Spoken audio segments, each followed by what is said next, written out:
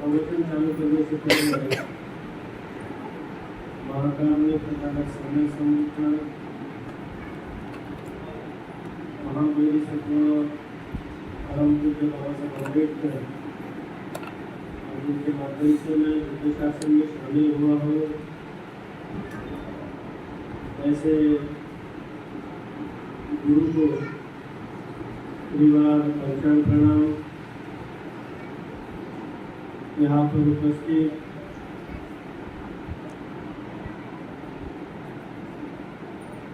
आज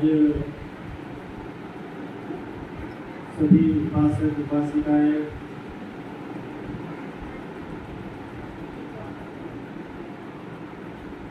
बुद्ध धर्म में आज की जो पूर्णिमा है, इस पूर्णिमा को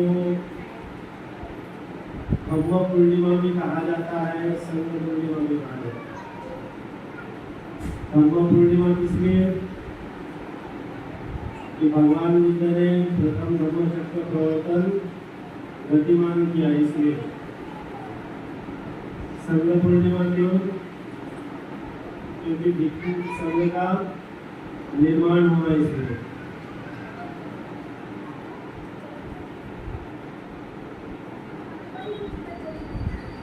गाथा में हमने भगवान बुद्ध का जो उपदेश है, जो प्रथम धर्मचक्र प्रवर्तन सूत्र है, उस सूत्र का पठन किया। और वो जो सूत्र है जिसका हमने अभी पठन किया है, उसमें तथागत बता रहे थे, पाली भाषा में बोल रहे थे, तो बोल रहे थे कि चक्षु उदपादि, ज्ञान उदपादि, पय्या उदपादि, विद्या उदपादि, आलोक उदपादि। कल्पो परिदम समुदयम दुःखं हरि सच्चन दुःख निरोधगामिनी पटिपदा सम्मा दिट्ठि सम्मा संकल्पो सम्मा वाचा सम्मा कर्मणो सम्मा आजीवो सम्मा वायामो सम्मा सति सम्मा समाधि। और मैंने जो पाली भाषा में जो बोला है, आपको सबको समझ में आ गया? आया कि नहीं आया? और जो शब्द है, एक एक जो शब्द है, वो शब्द बहुत महत्वपूर्ण है। बुद्ध का एक एक शब्द इतना वजनदार है, और उस एक शब्द का अगर हमें अनुभव हो गया तो भगवान बुद्ध कहते हैं कि चक्रवर्ती सम्राट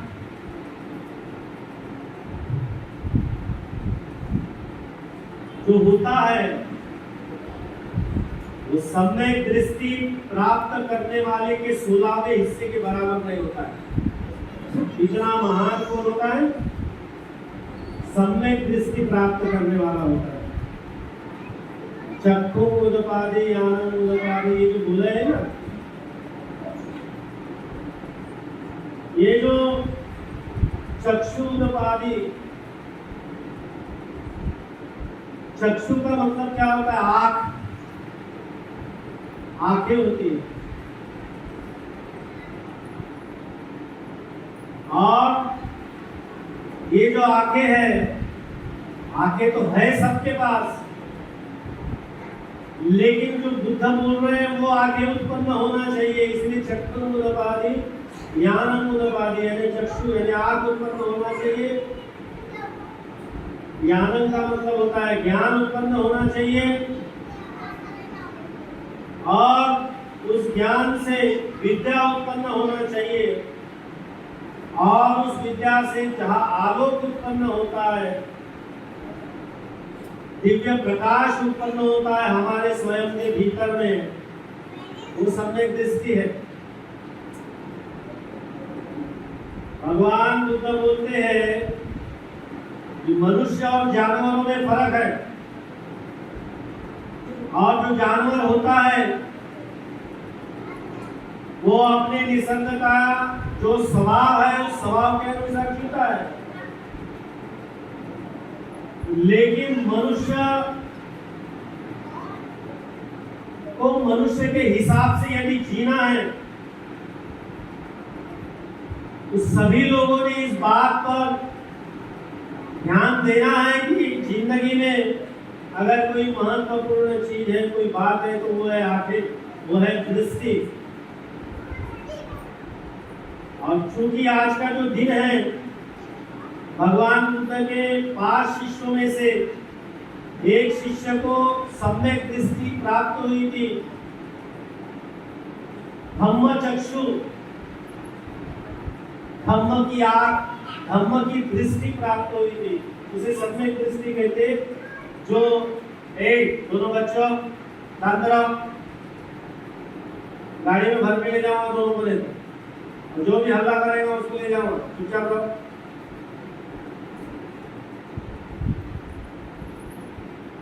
और जो सम्यक दृष्टि की आंखें हैं, बुद्ध बोलते ये धम्म की आंखें हैं।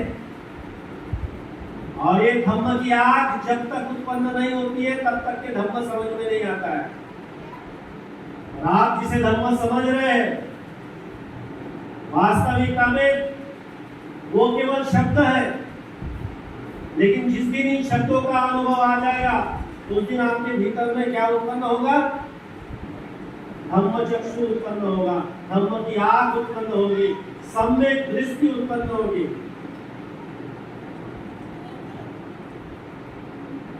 रोज चेहरा आईने में कौन देखता है?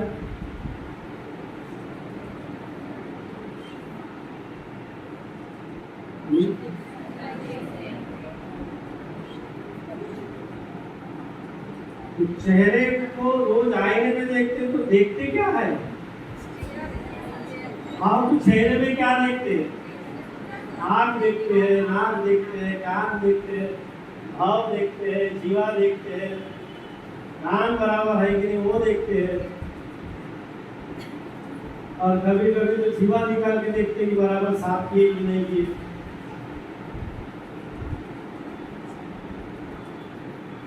लेकिन जीवा जो साफ करते हैं, आप कैसे साफ करते हैं? उंगलियों से करते हैं या वो आता है जिंदली, क्या बोलते हैं? टंग क्लीनर, अंग्रेजी में शब्द है टंग क्लीनर। लेकिन अपनी जबान को कभी शीलों से साफ की?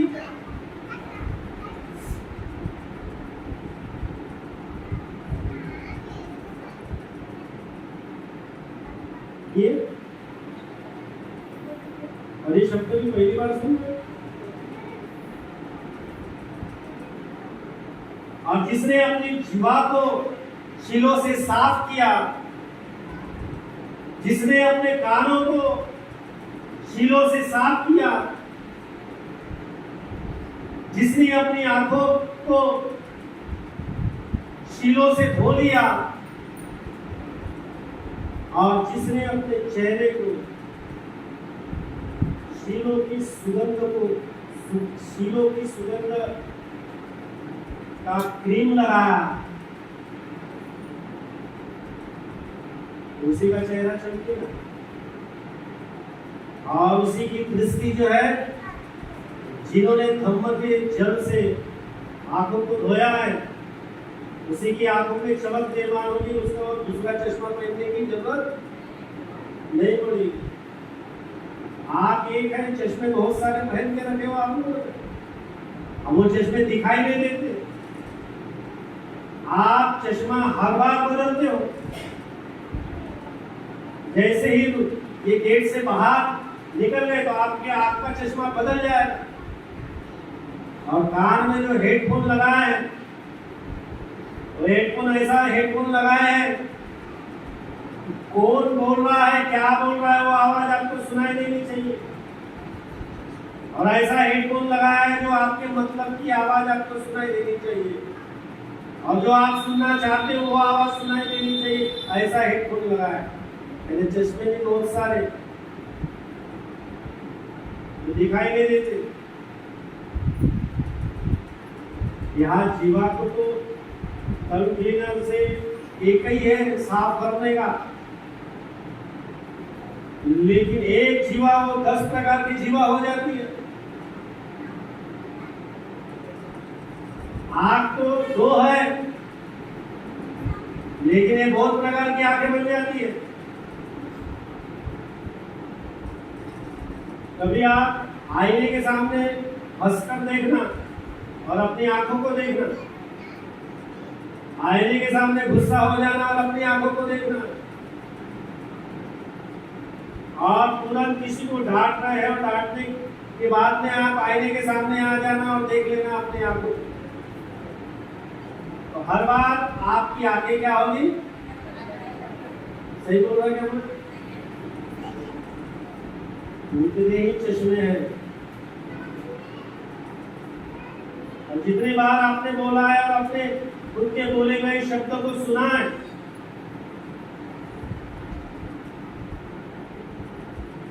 आप कोई बता दो कि आपने जो बोला हुआ शब्द है उस शब्द पे आप कायम हो।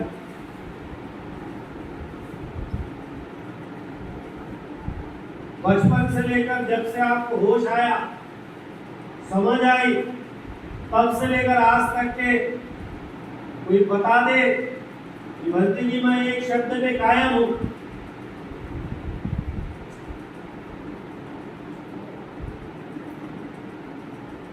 हो क्या? हो? मैं हूं।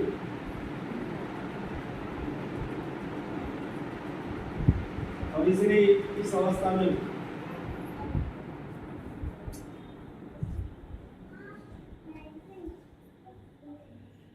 आज के प्रवचन में मैंने बुद्धनगर त्रिरत्न बुद्ध विहार कोसमी में मैंने एक प्रवचन दिया। उस प्रवचन में मैंने बोला, मैं जनरली प्रवचन मेरे को आता नहीं है करना, तो वार्तालाप करता हूं। तो उस समय मैंने बोला कि मैं जब आप लोगों के बुद्ध विहार में आया था तब मैं शिष्य बन के आया। क्या बन के आया? मैं शिष्य बन के आया, और आप लोग मुझे प्रणाम करते थे तो मैं आप लोगों को मना करता था कि मुझे प्रणाम मत करो, तथागत के सामने नतमस्तक हो जाओ, बुद्ध बाबा साहब के सामने नतमस्तक हो जाओ।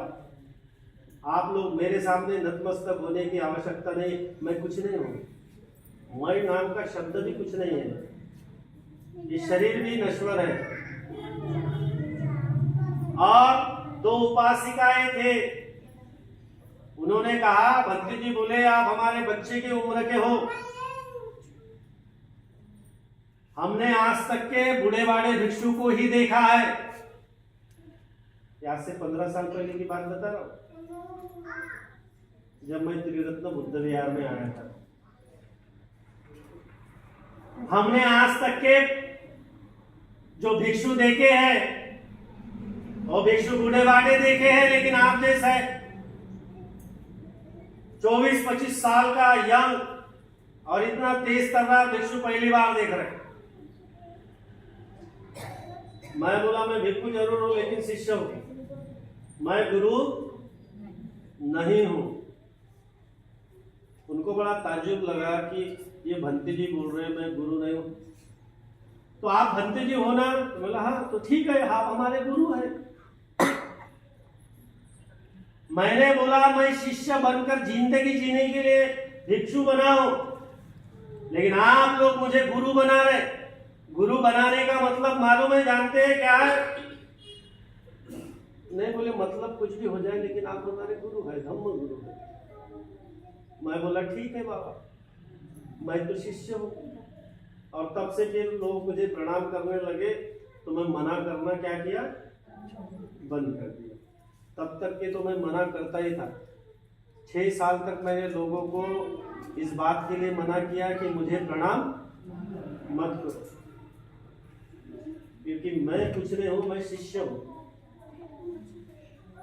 क्योंकि जो शिष्य होता है वो सीखता है, और जो गुरु होता है वो घमंडी बन जाता है। सीखना बंद। लेकिन मैंने अपने मन में सोचा कि आप लोगों के लिए भले ही मैं गुरु हूं, लेकिन मैं तो शिष्य ही हूं। आप लोग मुझे भले गुरु को गुरु मानो, लेकिन मैं अपने आप को क्या समझूंगा? और मैं आज भी समझता हूं मैं गुरु नहीं हूं, इसलिए पहले आके मैं सीधा नीचे ही बैठ जाता हूँ। इसलिए पहले पूछता हूँ कि ये यहाँ बैठूं कि नहीं बैठूं, या यहाँ बैठना है, कहाँ बैठना है। मैं पहले पूछता हूँ कहाँ बैठना है, लोगों को पूछता हूँ। नहीं तो हमारी जगह कहाँ है? जमीन पर है। क्यों? जो शिष्य होता है ना, जो सीखने वाला होता है, वो जमीन पर ही बैठ के सीख सकता है। आसमान में बैठे हुए लोग कोई सीख नहीं सकते। आसमान में बैठे हुए लोग कोई शिक्षा धारण नहीं कर सकते। जमीन की ही बैठे हुए जो लोग हैं पूरी निष्ठा से सीख सकते हैं। और हजारों वर्षों से यह परंपरा, बुद्ध धर्म की परंपरा हजारों वर्षों से चलते आ रही है। और भगवान बुद्ध ने पहली बार ऐसी परंपरा का निर्माण किया कि जो सीखने की परंपरा थी, जो मनुष्य ने मनुष्य के जैसा बनना चाहिए और मनुष्य के जैसे होना चाहिए, ये परंपरा निर्माण किए। और जो मनुष्य है, उस मनुष्य को मनुष्य जैसा बनने के लिए जो शिक्षा चाहिए वो बुद्ध ने दिया। और भगवान बुद्ध बोलते रहे, 45 वर्षों तक निरंतर बोलते रहे। और इतना बोले कि बुद्ध जैसा किसी ने नहीं बोला। और यही बात बोलते रहे कि मनुष्य और इंसानों में फर्क नहीं है, जानवर और मनुष्यों में क्या है? फर्क है। और मनुष्य को मनुष्य जैसा बनने के लिए प्रयत्न करना पड़ता है, जानवर को जानवर बनने के लिए प्रयत्न करना पड़ता है क्या? लेकिन मनुष्य को मनुष्य जैसा बनने के लिए प्रयत्न करना पड़ता है। और इसलिए ये बातें फिर फर्क आ जाता है। जानवर अपने आप को पानी में देखेगा या आईने में उसको दिखा तो क्या करेगा?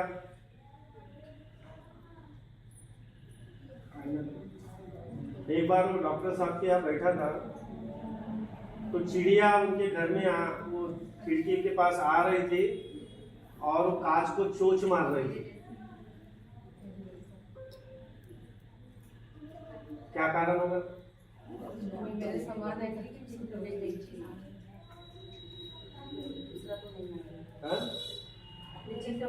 अपने चित्र को देखकर वो खुद कंफ्यूज हो गई कि सामने में चिड़िया है, और उस चिड़िया को मिलने के लिए जाती है, लेकिन वो लटक जाती है, चोंच लग जाती है उसकी। तो जानवरों को वो समझता नहीं है। थोड़े थोड़े जानवरों में डेवलप होता है। हाथी है, इनको समझता है। शेर है, इनको समझता है। लकड़बग्घे हैं, इनको समझता है, इनकी बुद्धि थोड़ी विकसित है। लेकिन पंछियों में गरुड़ जो होता है उसको समझता है। लेकिन सामान्य जो प्राणी है, पंछी है, पक्षी है, पेड़ पौधे, इनको कोई समझ नहीं होती। पेड़ पौधे में भी जान होती है बड़ा। ऐसा नहीं है कि आप पेड़ों से बातें करो। आपने किए नहीं किए पता नहीं, लेकिन मैं करता था। और मैंने ये देखा है कि जब भी मैं उस पेड़ की तरफ जाता था तो उसकी शाखाएं हल्की सी नीचे आ जाती थी, एकदम से नहीं, हल्की सी, एकदम सूक्ष्मता से, बहुत बारीकी से ध्यान देता था।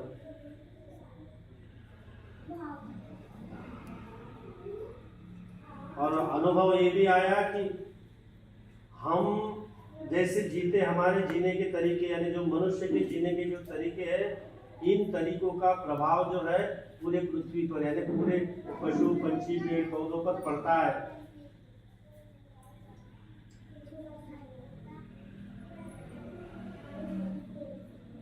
और इसलिए मैंने आईने वाली बात कही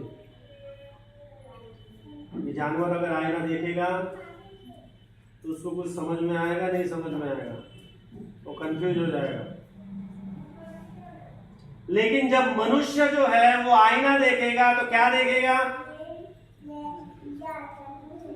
आईने में चेहरा देखेगा। लेकिन जिनके पास सम्यक दृष्टि है वो आईना देखेगा तो क्या देखेगा?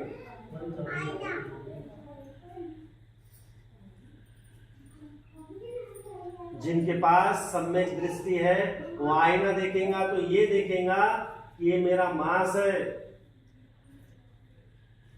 ये चेहरा जो है मांस है, इसके नीचे का लहू है, इसमें नस नलिकाएं हैं, इसके नीचे और नीचे गए तो हड्डियां हैं, हड्डियों के नीचे और नस नलिकाएं हैं, खून है, लहू है, और ये सब नष्ट होने वाला है। जिसके पास सम्यक दृष्टि होती है वो ऐसा देखता है।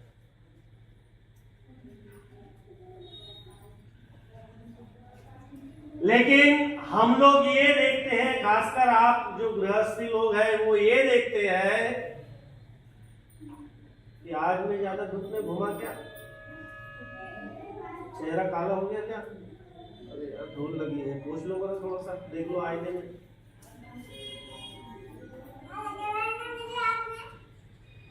ठंडी के दिन में मेरा चेहरा खिल जाता है, ठंडे गर्मी के समय मेरा चेहरा मुरझा जाता है, बरसात के समय ऐसा होता है। ये सारी भावनाएं करते रहते हैं और सोचते हैं फलाना क्रीम लगा ले त्वचा ऐसी हो जाएगी, फलाना पाउडर लगा ले तो त्वचा ऐसी हो जाएगी। लेकिन आपको एक बात बता रहा हूं, इसके पहले भी मैंने शिविर में बताया है कि विशाखा जैसी सौंदर्य प्राप्त उपासिका, तो सौंदर्य प्राप्त इसलिए हुआ कि उसकी जो नातन थी और वो साथ में खड़े होते थे तो दोनों एक उम्र के दिखते थे। क्या कारण था? क्या कारण था? हाँ? कारण ये था कि धम्म की दृष्टि प्राप्त हो गई थी। क्या कारण था? धम्म की दृष्टि प्राप्त हो गई थी और उन्होंने धम्म की दृष्टि प्राप्ति से उन्होंने अपने पूरे शरीर में अपने शरीर को धम्म काया बना दिया। धम्म काया, काया यानी शरीर होता है, पूरा जो शरीर है धम्मवान बना दिया।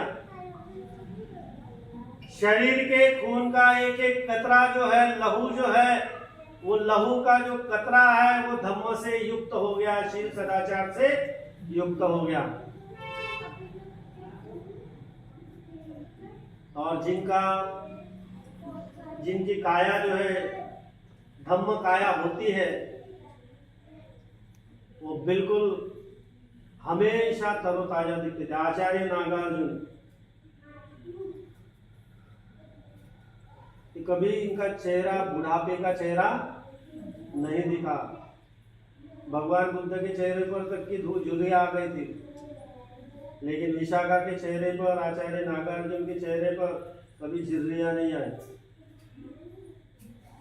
इतिहास में बड़े बड़े भिक्षु होकर गए, बड़े बड़े उपासिका होकर गए, इन लोगों ने धम्म को धारण किया। आप धारण काय को करते हो? किस बात को करते हो? आंखों में क्या उत्पन्न होना चाहिए? धम्म चक्षु उत्पन्न होना चाहिए। लेकिन आप कौन सी चश्मा पहनते हो? हाँ? कौन से चश्मे? 10 चश्मे हैं, ज्यादा होंगे कम नहीं होंगे। और गिनती करें बारीकी से तो 108 चश्मे हैं। कितने? 108 हेडफोन है कान में लगाने वाले। आपकी जबान 108 प्रकार की है। इसका पूरा विश्लेषण भगवान बुद्ध ने किया है। आदमी 108 प्रकार से देखता है, 108 प्रकार से सुनता है, 108 प्रकार से बोलता है और अपना शरीर भी 108 प्रकार से बदलता है।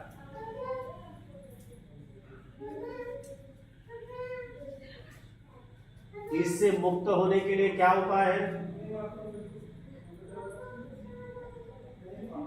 क्या उपाय है? जब तक सम्यक दृष्टि प्राप्त नहीं होगी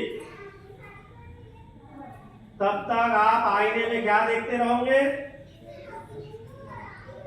कि मेरा चेहरा कहां से काला पड़ गया, मेरा चेहरे में कहां से झुर्रियां पड़ गई, मेरे चेहरे में ऐसे दाग क्यों दिखाई देते हैं। लेकिन ये सोचे क्या कि मन में दाग ना हो। ये सोचे क्या कि जैसा चेहरा सुंदर दिखना चाहिए वैसा मन भी सुंदर हो। और जिस समय आप देखना और समझना प्रारंभ करते हैं उसी समय आपके भीतर में सम्यक दृष्टि निर्माण होने की प्रक्रिया शुरू हो जाती है और उसकी प्रैक्टिस करनी पड़ती है, उसका अभ्यास करना पड़ता है। ये जो आज प्रवचन दे रहा हूं मैंने इससे पहले कभी नहीं दिया, थोड़ा बहुत बुद्ध विहार में दिया था। ये मेरा आज का नया प्रवचन है।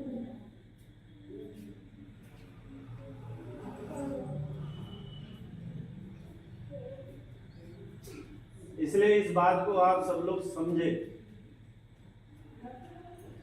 ध्यान साधना बहुत जरूरी है, परित्राण पाठ बुद्ध वचन करना का पठन करना बहुत जरूरी है, बहुत जरूरी है। शीलों का पालन करना बहुत जरूरी है। मुझे बताइए, कोई जानवर को ये बोलो कि हिंसा मत करो, कोई जानवर को ये बोलो कि चोरी मत करो, कोई जानवर को ये मत बोलो कि व्यभिचार मत करो, कोई जानवर को ये मत बोलो कि भैया झूठ मत बोलो, और कोई जानवर को ये बोलो कि नशापान नशीली वस्तु का सेवन मत करो, क्या होगा? वो तो ऑलरेडी वैसा ही है, तो बिना मतलब के झगड़ा नहीं करता है। सिर्फ दो बातें होती है, वंश बढ़ाने के लिए और खाना खाने के लिए झगड़ा करेगा, उसके अलावा कुछ नहीं, क्योंकि उसका वो स्वभाव है। दुनिया में जितने भी जानवर हैं ये वंश बढ़ाने के लिए और खाना खाने के लिए झगड़ा करते हैं।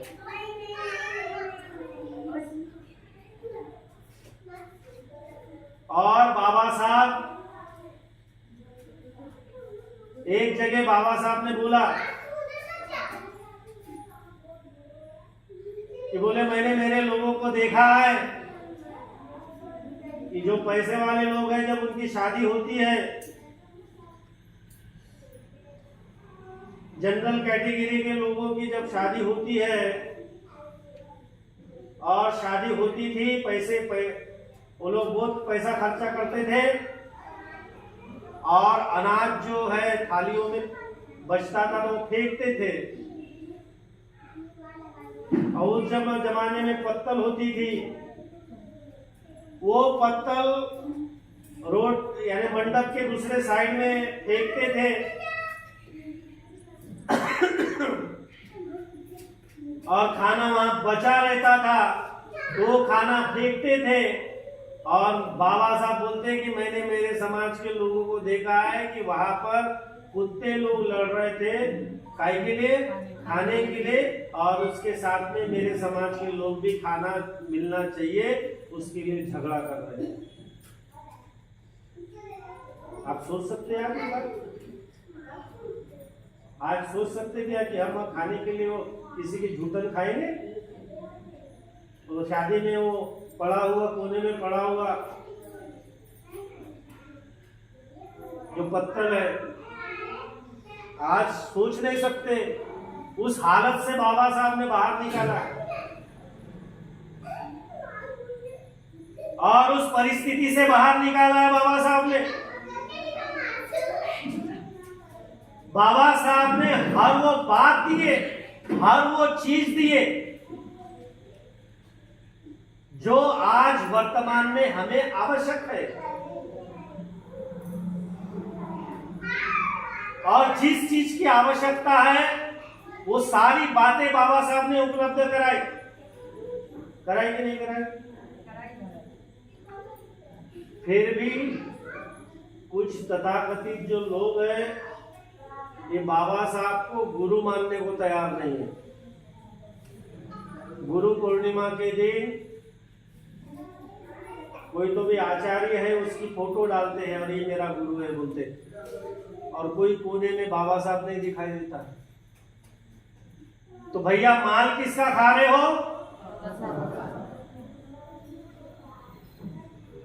और गुरु किसे बना रहे हो?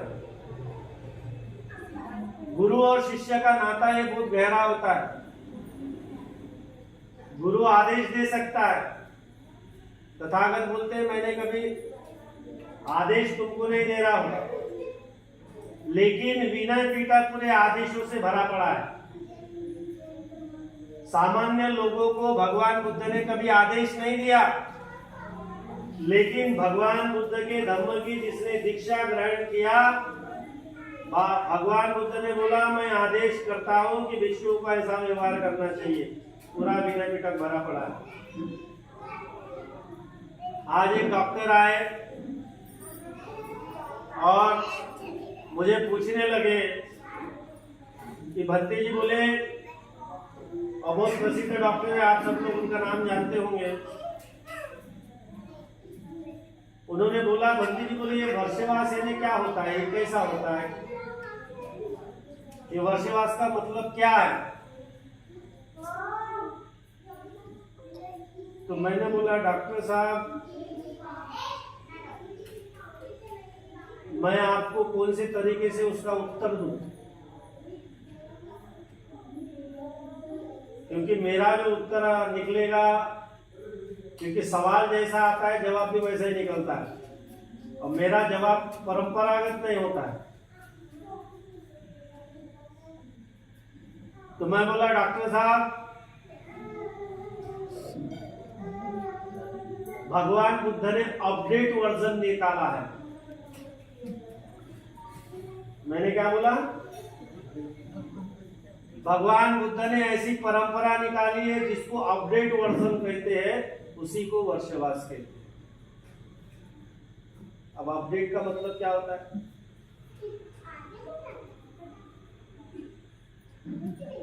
कोई है अंग्रेजी वाले यहाँ?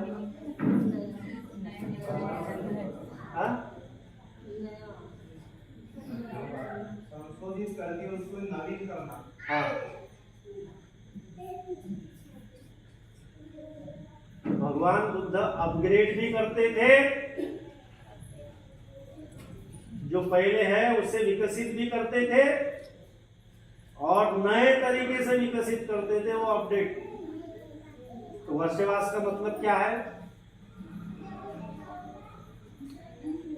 वर्षवास का मतलब ये है कि अपने आप को अपडेट करना, अपने आप को नए तरीके से निर्माण करना, अपने आप को नए तरीके से बनाना।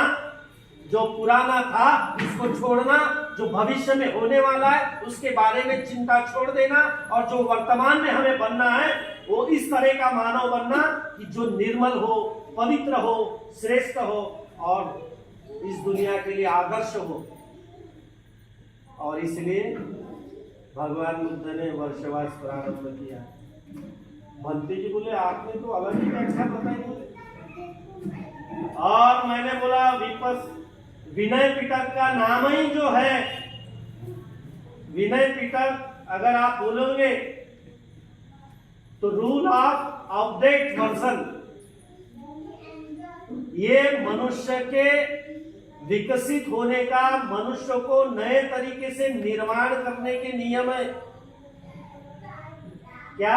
विनय पिटक। और ये किसके लिए होते थे? भिक्षुओं के लिए होते थे। बोर हो रहे क्या?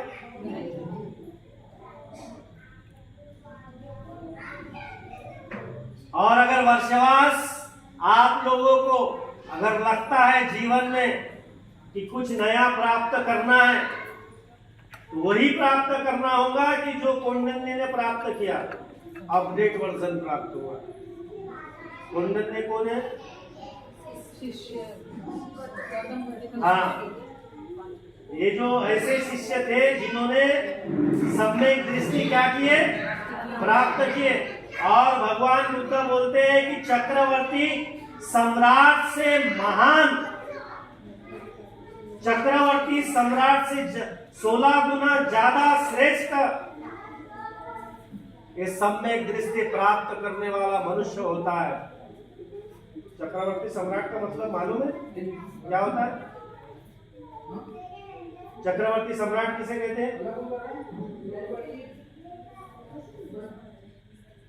चक्रवर्ती सम्राट किसे कहते हैं? मैं बताया था, भूल गए क्या? उस जमाने में क्या बोलते? राजा अलग, बादशाह अलग, सम्राट अलग और चक्रवर्ती, सरपंच, फिर क्या था? पार्षद, फिर नगर पालिका अध्यक्ष यानी महापौर, फिर विधायक, सांसद होता है ना, और प्रधानमंत्री, फिर प्रधानमंत्री, मुख्यमंत्री और प्रधानमंत्री होता है ना ऐसा। ठीक वैसे ही उस जमाने में और भी 2-4 वर्ड है जो जमींदार को बोलते थे। जिसके पास बहुत जमीन है तो उसको भी वैसा बोलते थे, ये मेरा क्षेत्र हो गया, ये मेरा क्षेत्र हो गया। और इसलिए इस बात को आप सभी लोगों को समझना बहुत जरूरी है। और आज के इस दिन के उपलक्ष्य में भगवान बुद्ध की पूर्णिमा है, और इस भगवान बुद्ध की आषाढ़ी पूर्णिमा में के उपलक्ष्य में आप लोगों ने इस बात को सीखने के लिए तैयारी करना चाहिए कि आप सभी लोगों को सम्यक दृष्टि प्राप्त हो। भगवान बुद्ध ने सम्यक दृष्टि प्राप्त करने के लिए बहुत जोर शोर से बात बोली, क्योंकि हम कितनी भी बात बताएंगे आपको, जो आप सुन रहे हो, हम जो बोल रहे हैं और आप सुन रहे हो, आप कम से कम 1-2 दिन ये बातें दिमाग में घूमेगी, और तीसरे चौथे दिन आप इसको क्या करोगे? निकाल के फेंक दोगे। आप निकाल के नहीं फेंकोगे, आप तो रखना चाहते हो, लेकिन आपके भीतर की जो अविद्या है, आपके भीतर की जो मिथ्या दृष्टि है, आपके भीतर का लोभ है, आपके भीतर की घृणा है, आपके भीतर का अहंकार है, इसको निकाल के फेंक देगा। आप लोग नहीं सुनोगे। और जब भी आप धर्म का आचरण करने जाओगे, जब भी आप धर्म का पालन करने जाओगे, उसमें बाधा पैदा होगी।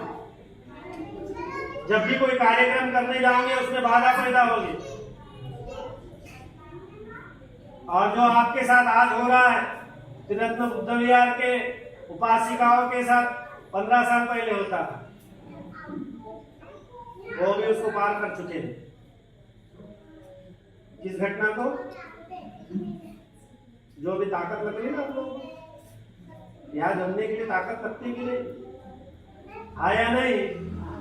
ताकत लग रही कि नहीं लग रही यहाँ आने के लिए? लगता ना क्या अभी करना पड़ेगा, ऐसा करना पड़ेगा, अरे यार ये पुरुष लोग सुनते नहीं है, फिर पुरुष बोलते ये महिलाएं सुनती नहीं है, अभी काय को कर रहे हैं, क्यों कर रहे हैं, क्या जरूरत है, इसका क्या मतलब है, ऐसा क्यों है? आता है नहीं आता है? ये भावना नहीं आती? क्या बात कर रहे हो? अगर ये भावना नहीं आती होगी तो सम्यक दृष्टि प्राप्त हो गई आपको। शील पालन करने के लिए आपके भीतर का लोभ रोकेगा, आपके भीतर का अहंकार रोकेगा, आपके भीतर की घृणा, आपके भीतर का द्वेष, ये धम्म को आचरण करने के लिए रोकता है। बुद्ध धम्म की भाषा में उसे मार कहते हैं। सिगरेट पीने वाले आदमी को पूछो कि तू ये क्यों पीता है, वो बोलता है कि मैं छोड़ना चाहता हूं। मैं पीना नहीं चाहता, तो उल्टा हो गया मामला। होठ तुम्हारे, सिगरेट को पकड़ने वाले हाथ तुम्हारे, और धुआं खींचने वाला लंग्स तुम्हारा।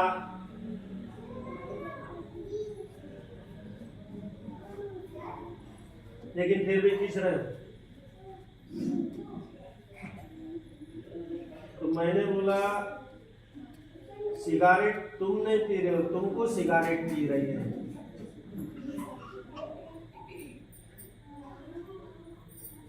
और ये आदत भी तुमने लगाए हो, और ये आदत जो है हिंसा करने की, लड़ाई झगड़े करने की, चोरी करने की, व्यभिचार करने की, झूठ बोलने की, और नशापान नशीली वस्तु को सेवन करने की आदत जो है,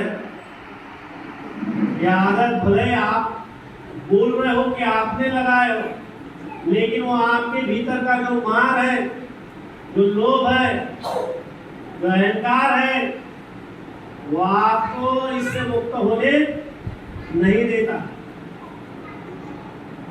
और इससे मुक्त नहीं होने देता, इसीलिए छोटी छोटी बात के लिए आप लड़ाई झगड़ा करने को तैयार हो जाते हैं। छोटी छोटी बातों को लेकर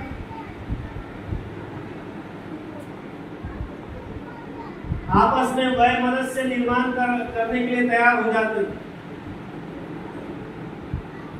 लेकिन सूक्ष्मता से यदि देखेंगे, सूक्ष्मता से यदि आप लोग समझेंगे, जैसे कभी क्रोध आया और गुस्से में कुछ बोलबाल कर दी, और फिर थोड़ी देर बाद में बैठ गए, और बाद में ये होता है कि मैं तो ऐसा करना नहीं चाहता था, लेकिन क्या किसने, आप तो करना नहीं चाहते थे, लेकिन हुआ क्यों? कौन घुस गया था? कौन भूत शैतान आपके अंदर घुस गया था? तो भूत शैतान बोले तो मार है। क्या है? मार, जो आपके मन को काबू बना के रखा है। नारियल देखे ना, नारियल, नारियल देखे कि नहीं? अब नारियल को आपको खाना है तो क्या करोगे? कैसा निकल जाओगे? हाथी भी नारियल खाता है तो मुंह में सैगा लेता है, उसको फोड़ता है और उसका पार्ट फेंक देता है, नारियल नारियल खाता है। अभी गौर से देख।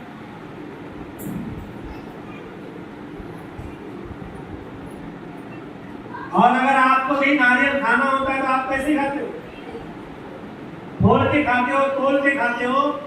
ठीक वैसे ही अपने भीतर के अहंकार को तोड़ना है, अपने भीतर के लोभ को तोड़ना है, अपने भीतर के मोह को तोड़ना है। और जब लोभ, मोह, द्वेष, अहंकार को आप तोड़ दोगे तो आपको एक नारियल मिलेगा, उसके भीतर का पवित्र जल मिलेगा, एनर्जी ड्रिंक उसे बोल सकते हो, वो ड्रिंक मिलेगा, उसको पीकर आपके भीतर में उड़ जाएगी, आपको अच्छा लगेगा, नारियल का प्रोटीन आपको मिलेगा। है कि नहीं? सही है, गलत है? प्रोटीन देता कि नहीं देता? ठीक वैसे ही अगर आप अपने भीतर के लोभ, अहंकार और मोह को तोड़ते रहेंगे, रोज रोज उसको तोड़ने की प्रैक्टिस करेंगे, रोज रोज उसको जीतने की प्रैक्टिस करेंगे, तो भगवान बुद्ध बोलते हैं कि दूसरों को चाकू दिखाकर जीतना आसान है, लेकिन अपने आप पर विजय प्राप्त करना कठिन है। और जो अपने आप पर विजय प्राप्त कर लेता है वो सही अर्थ में होता है। सम्यक दृष्टि प्राप्त करने का मतलब है अपने आप पर विजय प्राप्त करना। सम्यक दृष्टि प्राप्त करने का मतलब है योद्धा बन जाना, वीर बन जाना, श्रेष्ठ बन जाना, महान बन जाना। और फिर आप लोग आईना देख रहे हो, और आईने में क्या देख रहे हो?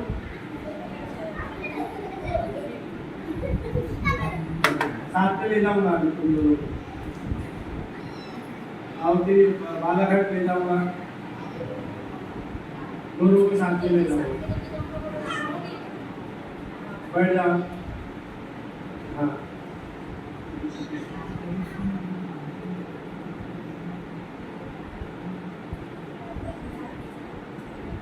इसलिए सम्यक दृष्टि प्राप्त करना बहुत जरूरी है। और 4 प्रकार से सम्यक दृष्टि प्राप्त होती है। कितने प्रकार से? 4 प्रकार से। तो सबसे पहले वंदना करना, साधना करना, शीलों का पालन करना और सफाई करना। ये बिहार की सफाई कौन करते? आप लोग करते हो नहीं करते? महीने में एक बार? क्या ये हफ्ते में एक बार? ये दिन में एक बार?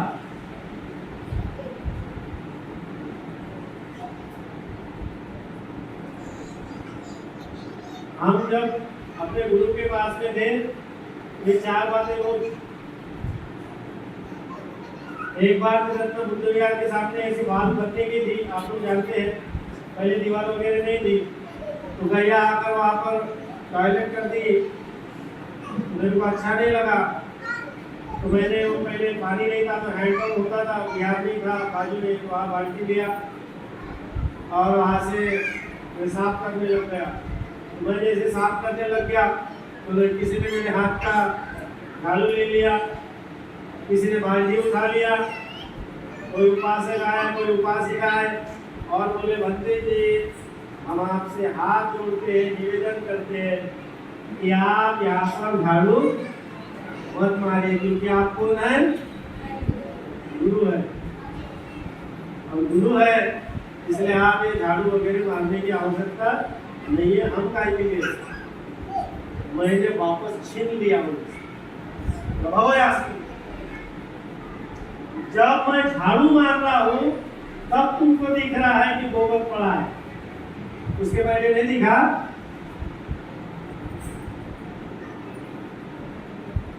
तब से बोला हाथ नहीं लगाना कोई, आप भटकना नहीं।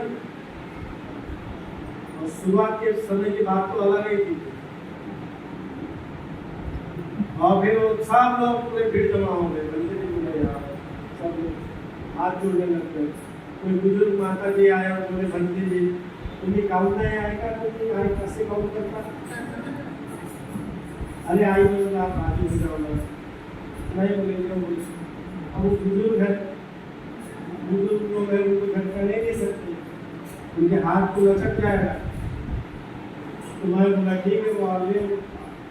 फिर वो किसी उपासिका को दे दिया, किसी ने बाल्टी ले लिया, तुम्हें बसा एक कुर्सी डाले भंती जी, तुम्हें बसा ही। अब बुजुर्ग महिलाएं आए, ठीक है आप आए को आपको बोले नहीं, बोले पूरे लोग जानते हैं कि बुजुर्गों को सामने करना हो तो भंते जी क्या हो जाते? अब आपको कुछ बोलेंगे नहीं। मैं बोला आप इनकी ढाल बन के मत आते जाओ।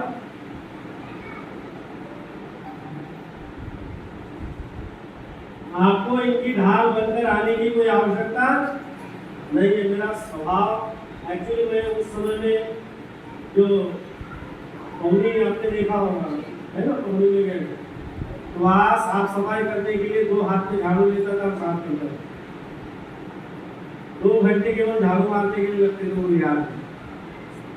सुबह 5 बजे उठना, 1 घंटा ध्यान साधना करना, 1.5 घंटा ध्यान साधना होती है, फिर उसके बाद में आधे घंटे की वंदना, फिर 9 बजे तक झाड़ू मारो, 7 बजे वंदना समाप्त करो, 7 बजे से 9 बजे तक झाड़ू मारते रहो, 2 घंटे होता है। फिर पोछा लगाने की ड्यूटी दूसरे विष्णु की थी, पोछा लगाता था, मेरा काम था। अब पूर्णिमा के दिन हम लोग रात भर जागते थे। क्या करते थे? रात भर जागते थे, रात भर ध्यान करते थे, रात भर वंदना करते थे, बिल्कुल वो बिहार में। ऐसे हमारी ट्रेनिंग हुई। और केवल मैंने रात भर जागना, फिर दूसरे दिन ऐसा नहीं है कि रात भर जागे तो भैया सो जाओ, ऐसा नहीं, काम में लग जाओ। और आज भी वही स्वभाव है। लेकिन लोगों ने मेरे को गुरु बना के रखा, मेरे को साफ सफाई करने नहीं देते।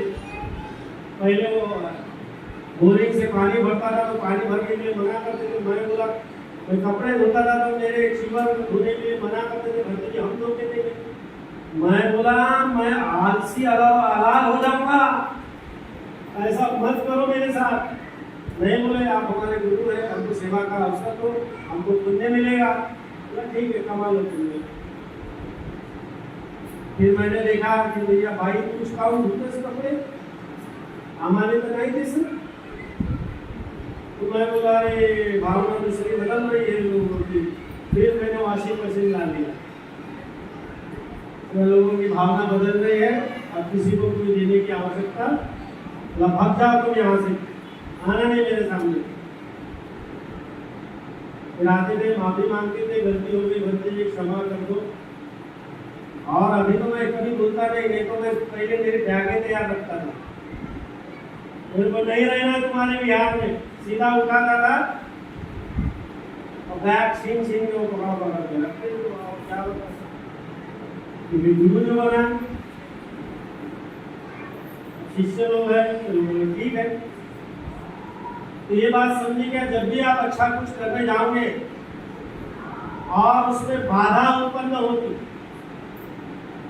और बाधा उत्पन्न हो रही है, शक्ति लग रही है, ताकत लग रही है, परेशानी हो रही है, तो समझ लेना कि आप बहुत अच्छा काम करने जा रहे हो। क्या करने जा रहे हो? बाबा साहब बोलते हैं कि जब भी तुम मूवमेंट के लिए समाज जागृति का काम करोगे और समाज जागृति का जब काम करोगे और तुम्हारा विरोध होगा तो समझ लेना तुम अच्छा काम कर रहे हो। और तुम्हारे को लोग गाली देंगे तो समझ लेना बहुत अच्छा काम कर रहे हो। और जब तुम्हारे पर हमले होना चालू होंगे तो बाबा साहब बोलते हैं कि तुम बिल्कुल सही मार्ग पर हो और बिल्कुल बढ़िया काम कर रहे हो। इससे हतोत्साहित होने की आवश्यकता। ये मार है, कौन रोकता है? मार हमारे भीतर का शत्रु, लोभ मोह द्वेष अहंकार, ये सब में दृष्टि प्राप्त करने के लिए, वंदना करने के लिए, ध्यान साधना करने के लिए। मैं ये नहीं बोल रहा कि महिलाएं अपने घरों में काम नहीं करती, महिलाएं अपने घर को बहुत सुंदर साफ सफाई रखती है। पुरुष तो कभी सफाई के नाम से हाथ नहीं लगाते। सही की गलत है? बहुत कम ऐसे पुरुष हैं जो लगाते होंगे। मैं ऐसा भी नहीं बोल रहा हूँ कि भंते की महिलाओं के साइड में ज़्यादा है, मैं ऐसा नहीं बोल रहा हूँ। लेकिन मैंने अक्सर ज़्यादा महिलाओं को ही देखा है कि महिलाएं ज़्यादा काम करती हैं साफ सफाई की। लेकिन अगर आप लोगों को सम्यक दृष्टि प्राप्त करना है, सम्यक दृष्टि अगर आपको प्राप्त करना है तो इस भावना से साफ सफाई करना पड़ेगा कि आप जो खा रहे हैं, विहार को साफ कर रहे हैं, तो ये विहार आपका मन है। और विहार के कोने काने में कचरा पड़ा हुआ है तो आपके मन के कोने में भी क्या है? कचरा पड़ा है। जब मन का कोना साफ, जब विहार का कोना साफ होगा तो आपके मन का कोना भी क्या हो जाएगा? साफ होगा। साधुवाद है, आप लोगों का विहार बहुत सुंदर है। विहार सुंदर है तो आप लोगों का मन भी कैसा होगा? सुंदर है। ये बात मैं विहार में आने बराबर मेरे को बड़ी खुशी है। मैं आने बराबर यहाँ बड़ा अच्छा लगा, मुझे पॉजिटिव एनर्जी महसूस हुई और मैं बहुत आनंदित हो गया विहार में आकर कि नहीं, इन्होंने बराबर विहार को विहार जैसा रखा है। और विहार को विहार जैसे रखने का मतलब है कि अपने मन को शुद्ध करना। विहार को विहार जैसा रखने का मतलब है अपने वाणी को शुद्ध करना। विहार को विहार जैसा रखने का मतलब है अपने शरीर पर काबू प्राप्त करना। और आप सभी लोगों को क्या बोलते, जिला बुद्ध संघ को, प्रज्ञादीप बुद्ध विहार समिति को, महिला समिति को, तहसील संघ को, आप सभी लोगों को बहुत बहुत साधुवाद है।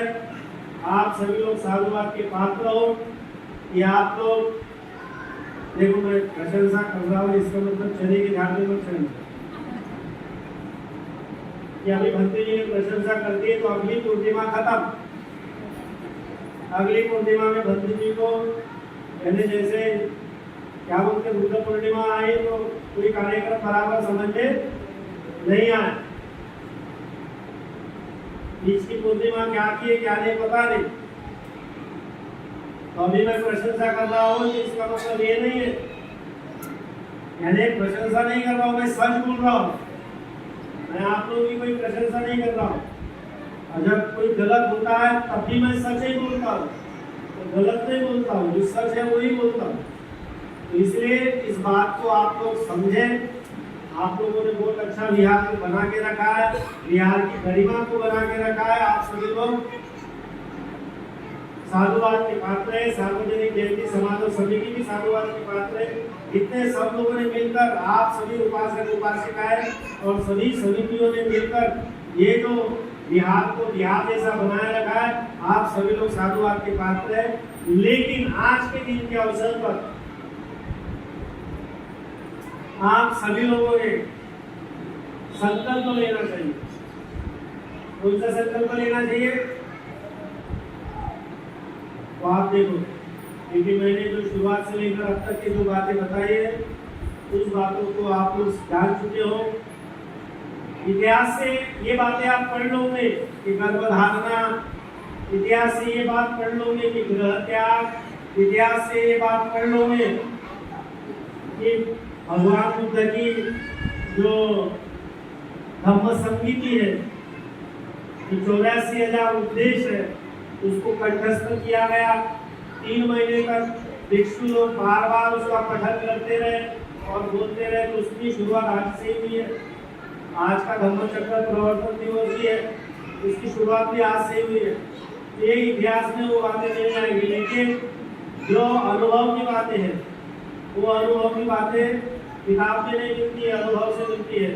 इसलिए वही अनुभव मैं बताया गया। और अंतिम बात मैं पूछना चाहूंगा, ध्यान किसे कहते हैं?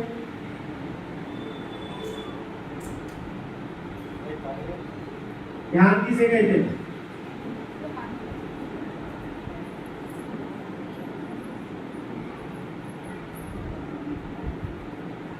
एक शब्द में ध्यान का क्या उत्तर है?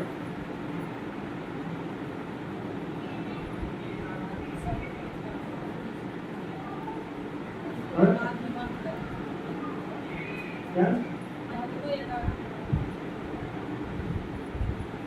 ध्यान का मतलब होता है वर्तमान में जीवन। एक शब्द में क्या उत्तर है? वर्तमान में जीने का मतलब भी ध्यान है।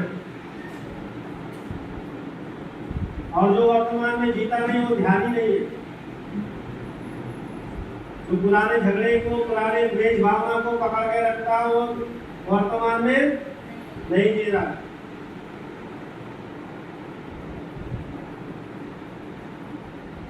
आ जाओ तो में एक और बात बोला था मैं, जो आदमी अपने आप को महान बोलता है, जो आदमी अपने आप को श्रेष्ठ बोलता है और आजीवन ये बताते रहता है कि मैंने ये किया, मैंने वो किया, मैं ऐसा, मैं वैसा,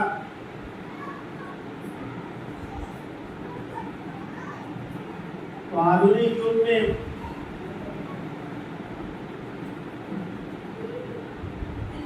कभी किसी मैयत में गए होंगे और किसी की राख देखी होगी, तो वो राख उसी आदमी की है जो ये बोलता था कि मैं इतना महान, मैं इतना श्रेष्ठ, मैं ऐसा, मैं वैसा। और उसके लिए मैं कितना श्रेष्ठ हूँ, मैं कितना महान हूँ, ये बताने के लिए न जाने कितने झगड़े किया होगा, न जाने कितनी लड़ाई किया होगा, और उसकी राख तो गूंगी हो गई। उसकी राख ये बात बोलने को तैयार नहीं है। इसलिए इस बात को समझिए, जिंदगी, मनुष्य को ज्यादा समय नहीं है, जिंदगी में ज्यादा आयु नहीं है। मेरे भिक्षु जीवन के 20 साल कैसे चले गए मुझे खुद को पता नहीं चला। जैसे वकील साहब अपने कोर्ट के केस लड़ते लड़ते कितने साल बीत गए उनको पता नहीं चल रहा है। 20 साल हो गए, आपको भी पता नहीं चला होगा। और आपकी जब मैरिज एनिवर्सरी आती है तब आप लोग भी ये वाक्य बोलते हो, क्या बोलते हो? पता ही नहीं चला कि शादी के 25 साल कितने हुए, कैसे बीत गए। सही है कि गलत है? ये इसलिए अनुभव होता है क्योंकि वाकई में जिंदगी कम है, जीवन कम है, और जीवन कम है इसलिए इतिहास की बातें पकड़कर जिंदगी मनुष्य नहीं जी सकता। मनुष्य को वर्तमान में जीना होता है, और जो वर्तमान में जीता है वो सही अर्थ में ज्ञानी है। जो वर्तमान में जीता है वो सही अर्थ में साधक है। जो वर्तमान में पवित्र, निर्मल और शुद्ध होकर जीता है वो सही रूप से सम्यक दृष्टि युक्त मानव है। आज के लिए इतना ही। लोगों का